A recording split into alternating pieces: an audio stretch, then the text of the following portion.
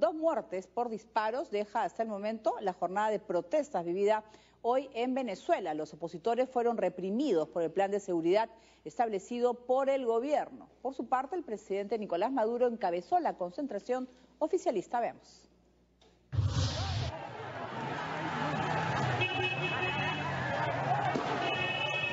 Así se vivió la madre de todas las marchas, la jornada de movilización masiva convocada por la oposición en 26 puntos de Caracas que tenían como propósito llegar a la sede de la Defensoría.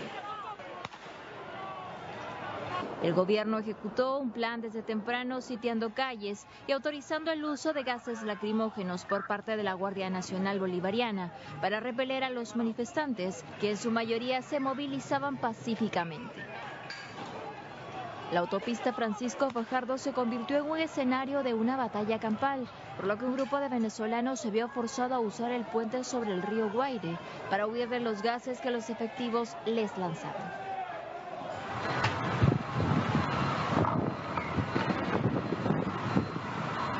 Otros, en un acto valeroso e inspirador, prefirieron enfrentarse a la Fuerza Armada que avala al régimen. Esta mujer, usando la bandera de Venezuela como escudo, se detuvo frente a una de las tanquetas de la Guardia Nacional.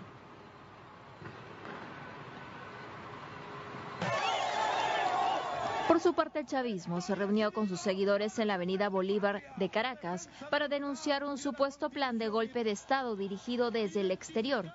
Ante sus simpatizantes, Nicolás Maduro responsabilizó al titular de la Asamblea Nacional, Julio Borges, de la violencia en las marchas. Julio Borges, eres el jefe del golpe de Estado. Después no te quejes cuando llegue la justicia hasta ti. Julio Borges, te lo estoy diciendo con tiempo. Estoy decidido a defender mi patria y a defender al pueblo.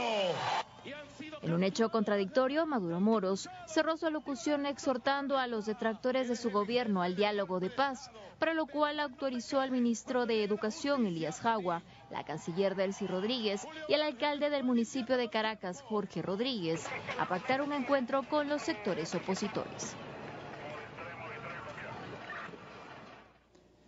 Bien, pero las 2 víctimas mortales que se han registrado en esta jornada se dieron en el lado de la oposición. El primero ha sido identificado como Carlos José Moreno Barón, de solo 17 años de edad. Él recibió un disparo en la cabeza durante la protesta opositora que se llevó a cabo en la Plaza La Estrella de San Bernardino en Caracas. La segunda víctima fue en una manifestación en la Plaza San Carlos de San Cristóbal de Táchira. La joven se llama Paola Andreina Ramírez Gómez, de apenas 23 años, y también recibió un impacto de bala en la cabeza. La oposición, ya hemos escuchado, responsabiliza a colectivos chavistas de ambas muertes. El Ministerio Público ya ha designado a un fiscal para investigar la muerte de José Moreno y aún se espera que tome acciones sobre el segundo caso.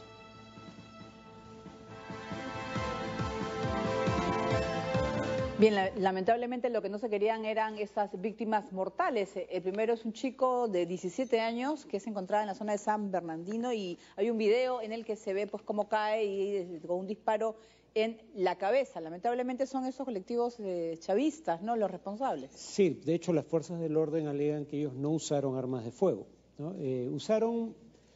Pueden haber usado perdigones, pero no balas. Y también hubo violencia de la oposición, pero con piedras u otros objetos contundentes, no armas de fuego. Según los testimonios, son colectivos que son conocidos por el modus operandi, van en moto y suelen tener armas cortas, pistolas por ejemplo, y hay imágenes de ellos saliendo de cuarteles de la Guardia Nacional. Entonces actúan en algunos casos en coordinación con sectores de las fuerzas del orden. Ahora, ¿por qué han usado la fuerza en barrios populares de Caracas? Precisamente porque ahí no se movilizaba históricamente la oposición. La oposición se movilizaba en barrios del este de la ciudad y en barrios del oeste de la ciudad, donde está la mayoría de los barrios populares, eran bastiones inexpugnables del chavismo. Y ya eso hay indicios de que va cambiando. Por ejemplo, el lanzamiento de objetos contra el propio Maduro, no en Caracas, sino en San Félix, si mal no recuerdo, en el estado de Bolívar, es en un barrio históricamente de mayoría chavista. Y algunas de las movilizaciones en donde más violencia hubo el día de hoy son movilizaciones en barrios de tradición chavista. O sea, lo que le parece preocuparle al gobierno es que la oposición está ganando presencia en barrios en donde ellos históricamente han dominado. Pero vemos, por ejemplo, bueno, la violencia lamentablemente pues ha sucedido el día de hoy. Se han avisado que van a haber más manifestaciones en los próximos días y Nicolás Maduro ha salido también con una marcha paralela, habló pues que se está llevando a cabo un plan para desestabilizar un golpe. ¿Crees que está perdiendo Nicolás Maduro? ¿Cuál es la situación? ¿Cómo ves tú la situación en Venezuela? ¿Lo perjudica? ¿No lo perjudica? Sí, pero digamos, cuando nada parece sostener a un gobierno, y hay quienes dicen, bueno, las encuestas no son fiables, las encuestas que dicen que la desaprobación de su gobierno se acerca al 80%. Bueno, tal vez no, pero la votación popular sí es un indicador fiable y en las últimas elecciones para el Congreso la oposición obtuvo aproximadamente 2/3 de los votos. Entonces has perdido el apoyo popular, tienes una situación económica calamitosa, pospones la realización de elecciones, probablemente por temor a perderlas. Si no te sostienen los poderes fácticos, no te sostienen mucho más. Y en cuanto a poderes fácticos, claramente no es ni la Iglesia, ni los medios en lo esencial, ni los empresarios. Es básicamente las Fuerzas Armadas. No es casual que, por ejemplo, el general Padrino, que es ministro de Defensa y jefe de las Fuerzas Armadas, en un discurso hace unos días dijera que los militares estaban monolítica y graníticamente unidos en su lealtad incondicional al presidente. No bastó con granítico, hubo que añadir monolítico, y que la lealtad era incondicional y que solo 2 o 3 días después Maduro diga que se ha develado un intento de golpe. O sea, todo parece indicar entonces que no había tal unidad monolítica. Tal vez la hay en el alto mando, pero no necesariamente en mandos medios que tienen control de tropa. Claro, pero ahora, por ejemplo, se está anunciando una nueva marcha para este jueves. Ha dicho Capriles, mañana a la misma hora convocamos a todo el pueblo a movilizarse. Hoy fuimos millones y mañana tenemos que salir más personas, porque sabe también que hay gente que va a tener temor a la violencia, ¿no? Porque ya han muerto 2 jóvenes. Exacto, yo dudo que el día de mañana se reediten las imágenes que hemos visto hoy. De hecho, hoy mismo también hay discusiones sobre cuánta gente llevó la oposición a las calles. Según la propia oposición hablaban de 2,5 millones solo en Caracas. Según el diario El Mundo, que no es hostil precisamente al diario español, El Mundo, que no es precisamente hostil a la oposición venezolana, hablaba de 100 a 200.000. Presumo que en algún punto medio se hallará la cifra real, pero no queda claro qué tan cerca uno u otro extremo. Y en el lado donde Maduro se veían unas imágenes, por lo menos una marea roja, ¿no?, de seguidores que han logrado convocar, ¿no?, para el día de hoy. Habrá perdido la mayoría popular, pero sigue teniendo apoyo de sectores del pueblo. Minoritarios, pero con una gran capacidad de movilización por mística, pero también, sobre todo, porque puede usar recursos públicos para ese propósito. Muy bien, Farid, vamos a actualizar lo que está sucediendo en Caracas. Nos vamos a comunicar vía Skype con Luis Carlos Díaz, periodista venezolano. Muy buenas tardes desde Lima. Luis Carlos, cuéntanos cuál es la última información sobre la cifra de detenidos en Caracas y también de fallecidos en esta jornada. Hola, muy buenas noches desde Caracas, Venezuela. Para dar una actualización, ahora que son las 8:20 de la noche, la cifra oficial que ofreció Nicolás Maduro es de 50 personas detenidas en Caracas, pero las ONGs defensoras de derechos humanos hablan de más de 270. Y en todo el país se está hablando de una cifra que supera ya las 500 personas detenidas solo el día de hoy.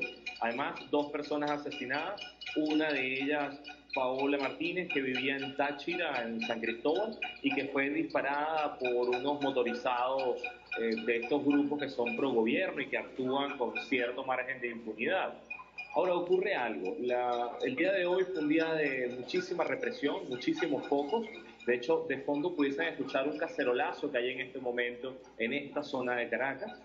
Pero la oposición ha convocado para el día de mañana otra vez a protestar en las mismas rutas, los mismos puntos y la misma hora.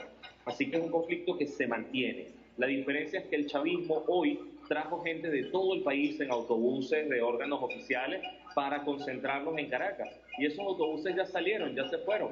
Así que tendrán que ver con qué rellenan mañana el escenario. Si no es eso, tendrán que apelar otra vez a la represión, que es lo que ha hecho el chavismo durante 2 semanas.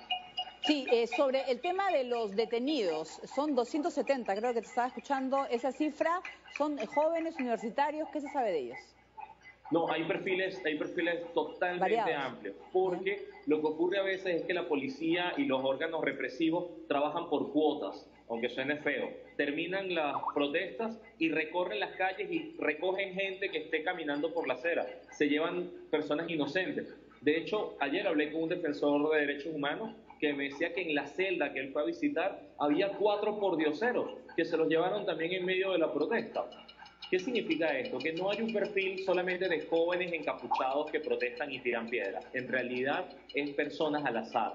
Y eso de personas al azar es grave porque también se han llevado a jóvenes de partidos políticos y muchos de ellos han sido torturados. El caso de los gemelos Sánchez es gravísimo porque los 2 hermanos fueron torturados, les rociaron gasolina, los colgaron de un tubo y los obligaron luego a declarar en un video que habían sido ordenados por los líderes opositores para protestar y que les habían pagado. Esas son declaraciones que se obtienen bajo tortura y que el gobierno utiliza para mover la opinión pública a su favor, para decir que en realidad hay un golpe de Estado y una conspiración en marcha. Pero Luis Carlos, mañana hay una nueva marcha, una nueva convocatoria, pero ante los casos de 2 personas que han perdido la vida, quizás muchos van a tener temor de poder salir. Bueno, te cuento la verdad, en Venezuela asesinan a 2 o 3 personas cada hora. Es decir, este es el país más violento del mundo. Así que decirle a la gente que hubo 2 muertos, pues en realidad hoy hubo menos muertos que los días normales. Suena crudo, pero en realidad es así. Para la gente el tema de los costos físicos está superado, porque en realidad dejar de protestar es volver a una vida que no es normal, porque es hacer colas por comida, es no conseguir medicinas y que los familiares se te mueran porque no consigues cosas muy básicas, es volver a este país que es el más violento del mundo. Es una situación absolutamente indigna y eso es lo que hace que la gente pueda protestar uno y otro día. Llevamos ya 2 semanas en este ciclo y el gobierno lo que ha optado es por criminalizar la protesta, por perseguir a la disidencia, pero es que en realidad es la mayoría del país. Ya no es la situación en la que Venezuela está dividida en 2 o que la oposición es una minoría, sino que cambió por completo. Muy bien, muchísimas gracias a Luis Carlos Díaz, periodista venezolano. Muchas gracias, mucha fuerza también para todos tus compatriotas. Y bueno, vamos a estar atentos a lo que sucede en Venezuela en estos días. Sobre todo, muchas gracias por estar con nosotros, Farid. Sobre todo, estamos escuchando los cacerolazos que pensábamos que era un ruido del propio Skype, pero vemos pues que la protesta se va a mantener, que están con ganas de salir a las calles, de dar a conocer su punto de vista, que están en contra pues del gobierno de Nicolás Maduro y que desean un cambio. Sin embargo, eso puede significar pues también un costo, ¿no? Sí, costo muy grande. Ahora, el tema de los cacerolazos es sintomático porque hay antecedentes en América Latina y en otras partes del mundo. ¿Por qué se golpea una cacerola vacía? Porque no tiene comida dentro, o sea, falta alimentos. Y ese es el punto crítico al que está llegando Venezuela, ¿no?